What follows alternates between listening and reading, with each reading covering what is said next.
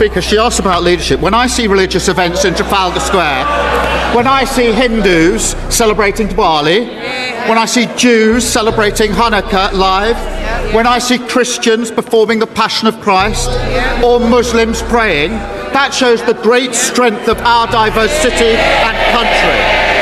I've never heard her party call out anything other than the Muslim events. It's only when Muslims are praying. The only conclusion is the Tory party has got a problem with Muslims. Did Keir Starmer just completely lose control in one of the most explosive parliamentary clashes of the year? What started as a simple question about Peter Mandelson, Jeffrey Epstein, and a deeply controversial appointment quickly spiraled into accusations of dishonesty, Islamophobia, and even references to Tommy Robinson. So let me ask him now.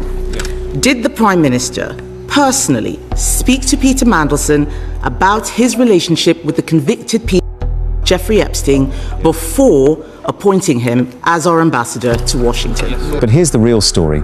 Instead of answering the question, did the Prime Minister dodge it entirely?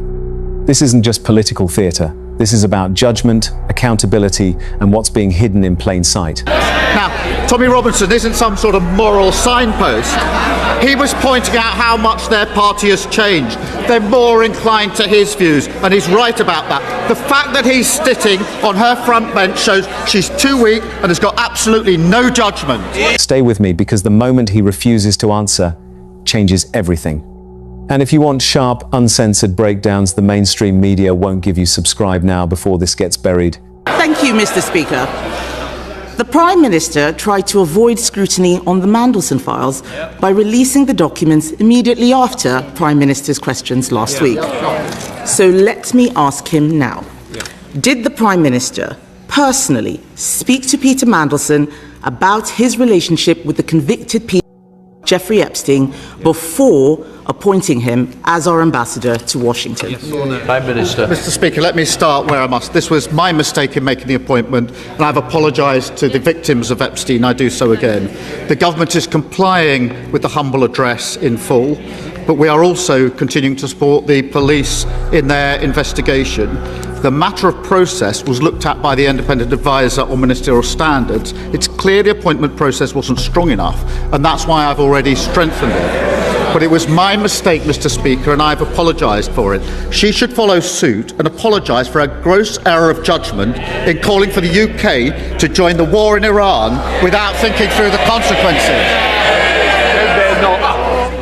Mr. Speaker, I know he doesn't want to talk about the documents he tried to bury last week. He's going to try and talk about anything else, but he's not going to get away with it. I asked him a question he did not answer. We know the Prime Minister was warned about the risk of appointing Peter Mandelson. This is not about the process. He knew that Mandelson stayed in Epstein's house after Epstein had been convicted for child. So I will ask him again. Did he speak to Peter Mandelson about this before the appointment, yes or no? Prime Minister.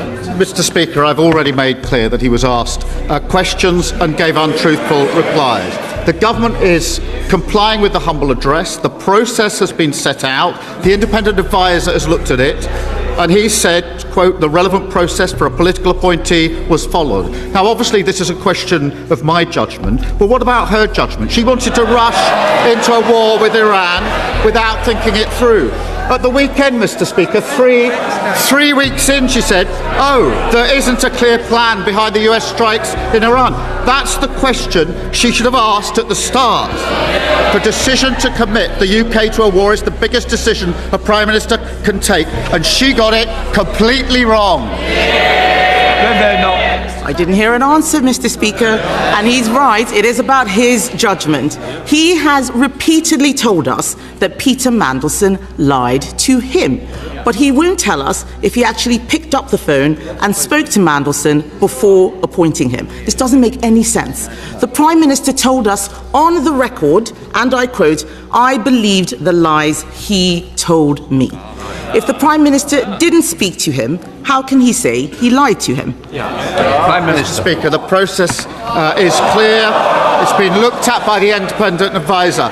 And she asked me about the process and judgment on appointments. She appointed the Shadow Justice Secretary. He said last night that Muslims praying in public, including the Mayor of London, practicing his faith, are not welcome. He described it as an act of domination, straight from the Islamist playbook. If we're in my team, he'd be gone. It's utterly appalling. She should denounce his comments and she should sack him. He wants to talk about justice secretaries. His justice secretary is abolishing jury trials. My shadow justice secretary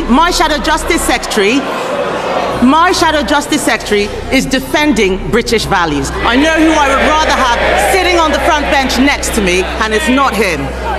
Prime Minister. But Mr. Speaker, this is important. He does want to talk about anything else except what I'm asking him. 3 times I have asked him if the Prime Minister spoke to Peter Mandelson. 3 times he has refused to answer. We can only assume he did not speak to Peter Mandelson. From the documents published, we know he left the questioning of Mandelson's relationship with a convicted 2 of Mandelson's closest friends.